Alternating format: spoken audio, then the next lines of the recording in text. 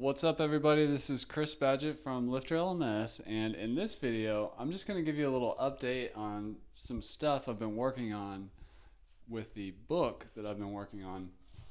So, as you know, as a online course creator or someone who's building a membership site, you have to wear these different hats. You have to be an expert, a community builder, um, an instructional designer, a technologist, and an entrepreneur. And very rarely are all these skill sets in one person, so we have to develop them or we have to build a team.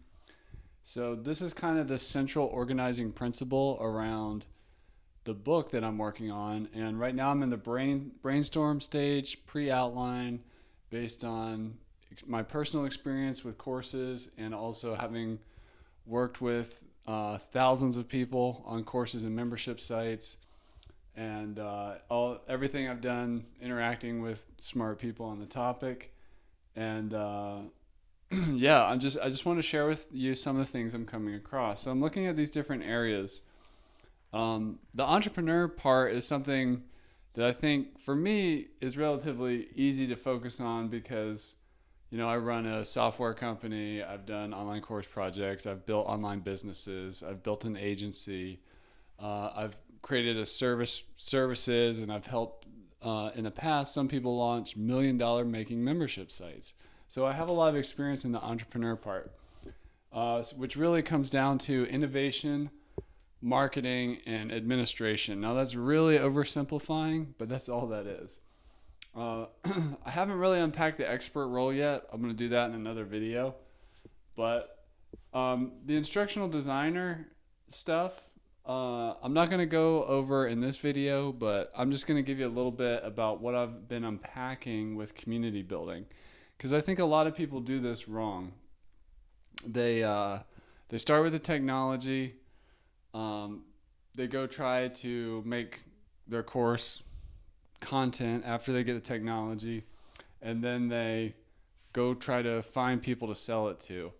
When I think the opposite is a much better way. You need to really step into your power as an expert. Start building community and relationships, teams, early, before you get into the content creation, before you wrap it in technology, before you build the actual business. And a lot of times people do it completely backwards. So I was looking at this community building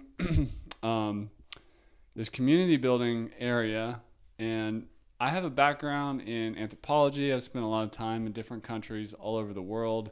I've been immersed in many different cultures, and I've also spent a lot of time outside of culture, out in the wilderness in ecology, in our ecological community. So for me, I see a lot of things when I step into a room full of people or a new culture or society in general, or even subcultures, all these things. It's always fascinated me. It's something I've been interested in. It's something I have a lot of experience in. So I was thinking about the course builder, the membership site builder, and if we decide we're going to be an expert in something and we're going to start building community before we start building product. I'm going to say that again. We're going to start building community and relationships before we start building product. I was looking at tribal societies, and one of the things I find interesting as an anthropologist, and this is true for modern communities and subcultures, they have things like sacred text, and that could be like a religious text, but it could also be just a book that people in a certain group have read. For example, I'm a member of the digital nomad, location independent, work anywhere from a laptop type subculture. We have a sacred text, or it's just a book that we've all read called The 4-Hour Work Week by Tim Ferriss. That's just one example. Artifacts. If I'm using my own example, as a course creator, I have all these geeky microphones and stuff that I try. I'm always messing around with video cameras and lighting and stuff like that. Psychographic, these are things that bind us together that aren't demographic. So we should cover that first. Demographic are things like age, gender, geography, location, income, hobbies, interests. Psychographics are things that we feel that aren't necessarily tangible. Some of the things that connect people politically are more actually psychographic. They're both demographic and psychographic, but our worldviews or the way we see the world or approach change or feel about how we want to raise our kids. These are psychographic things. Tribal societies also have a desired future state. If it's religious in nature, we're looking at like an afterlife or something like that. Other tribal societies are, trying to build something like a world in which, for Apple Computer, it's a world in which people think different and, the creatives can rule the world with, their creative art and technology, and the Apple brand just facilitates that. They also tend to have an enemy, and this can be,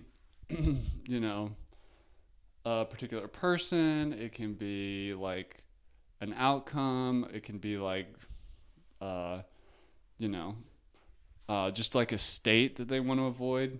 So like for the location independent digital nomad people, the enemy is to be like stuck in a job that you hate while you're slowly getting out of shape and your life sucks. That would be like the enemy. And then also tribes, whether it's like a gang in an inner city or, the Harvard University rowing team, they have recruiting strategies that, tribes become kind of ecosystems that have a vested interest in survival. So that means they need to recruit new members. So this is interesting. Some other things around community building. Community starts with leadership. It starts with you and, you getting results in this expertise that you're interested in. And it's also important when you're building community that you get early stage results. Like I said, we're building community before we're building product. So as you're building community, as somebody first dips their toe in the water of your community, can you facilitate some kind of results for them as quickly as possible that's in alignment with, how they feel, who they are, who they're trying to fight to achieve a future state, that's in alignment with like, an identity that they want. So early stage results. The other thing is the venue. Now, if we look at building community, there's so many different places to build a community pre-product. But I've kind of so far divided that into email, social, and in person. Those are just kind of some fundamental building blocks, pre-product community building. So, building an email list, picking a social channel, whether it's a Facebook group, LinkedIn group, Twitter hashtag, Instagram thing, whatever. And then in person, this is the one that's key. Like a lot of people like try to live on the internet the whole time, but the reality is what I notice with successful course creators and community builders, there is almost always an in-person component, even if that's just one live event or a year or every 2 years or some kind of meetup where like people who are in that community, not necessarily everybody in that community, but in different locations, people meet up, around all these commonalities and work together, celebrate together, hang out together, help each other, build businesses together, form partnerships together in person.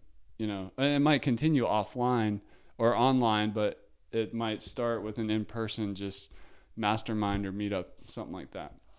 So I just wanted to just show you where I'm going. I'm having a lot of fun, especially with my background in anthropology, looking at community building.